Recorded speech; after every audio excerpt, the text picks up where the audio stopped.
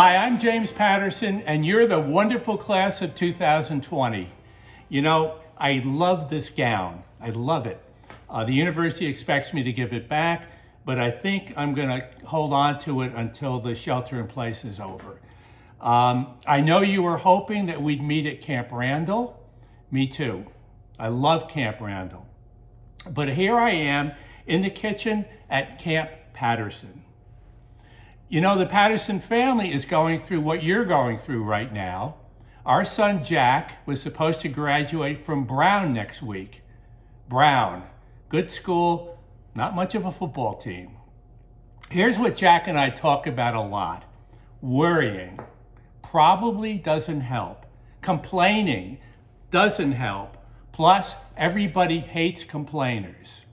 Watching CNN or Fox News all day definitely doesn't help.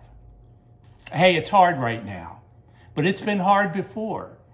When I graduated from college, the war in Vietnam was raging. There was a draft, and that sucked. When my dad graduated, he got shipped off to Europe and World War II. So here we are at Camp Your House. The job market is probably going to be tricky. I'd like to suggest persistence and resilience. Here's an example of persistence and resilience, kind of a made-up job interview. Hi, I'm Jenny Smith. I'm a recent Wisconsin graduate. We're not hiring. A week passes. Hi, I'm Jenny Smith. Not hiring. Another week goes by. Hi, I'm still Jenny Smith. Still not hiring. The following week. Hi, Jenny Smith, Wisconsin graduate. This is your lucky day, and your lucky day will come. Okay, I have to get this off my chest. I didn't go to Wisconsin. My wife, Sue, did. My wife's parents did. All of Sue's aunts and uncles, cousins, neighbors, friends, enemies, they all went. They're all Badgers. Before I married Sue, I had to sign a Badger prenup. I had no idea what I was signing.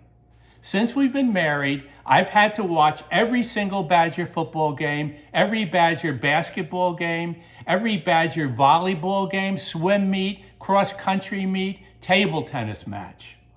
I've eaten over 50 different flavors of Babcock ice cream. We now eat brats for Thanksgiving and Christmas dinner. I have a one breakfast free for every 10 card at Mickey's Dairy Bar. I really do. Our only son was baptized Bucky. I refuse to talk to anyone who attended Michigan or even roots for Michigan. That includes one of my sisters. I tell stories for a living, so let me tell you a couple of stories. This one is about achieving some kind of balance in your life, and that's never been more important. Imagine life is as a game in which you're juggling 5 balls in the air. You name the balls work, family, health, friends, and spirit, and somehow you're keeping all those balls in the air. Hopefully, you come to understand that work is a rubber ball. If you drop it, or if you can't find a job right away, that rubber ball will bounce back. But the other 4 balls, family, health, friends, and spirit, are made of glass. If you drop one of them, they will be irrevocably scuffed, marked, nicked, damaged, or even shattered. They will never be the same. And once you understand that, maybe, just maybe, you strive for more balance in your life. That's the way it's worked for me. Tough breaks happen in life. They just do. They're happening to all you guys right now. When I was in my early 30s, I was in love with a woman named Jane Hall Blanchard. One Saturday morning, Jane and I went to breakfast. Then we stopped at the post office on Broadway in New York City. Jane suddenly fell to the floor. We both thought she was dying. We found out that Jane had an inoperable brain tumor and about a year to live. Jane was 34. I was 32. At that point, we told one another a story. It's a powerful story for anyone facing the loss of a loved one.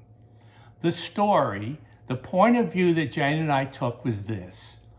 We said to ourselves, isn't it lucky that you didn't die that day in the post office? And we have today to take this beautiful walk, or go and look at the Hudson River, or go out with our best friends. And that story made the next year incredibly precious for both of us. All of us know that we're dying, but suddenly Jane and I really knew and we really understood it. And we lived our lives like that. Live your lives like that. Somebody wise, probably Gandhi, said, live as if you were going to die tomorrow. Learn as if you were to live forever. That's pretty cool. So you're probably going to have some free time on your hands. You're Badgers. Use the time wisely. Read all those books you didn't have time for in college. Think things through. I know you thought a lot about this, but here's what finding the right career is all about. 2 steps. Step 1, what are you really passionate about? Step 2, what are you pretty good at? If those 2 steps don't work, then get a damn job like the rest of us. Okay, here's the good news, and this is very good news. You have all received a superior education here. Not in my kitchen, at Wisconsin. There's never been a better time to make use of everything you learned in school. You are prepared for this. You're ready. You are the best and you are the brightest. Go, you beautiful Badgers. Go Badgers. On Wisconsin. Love you. And remember this, no one will ever forget the class of 2020.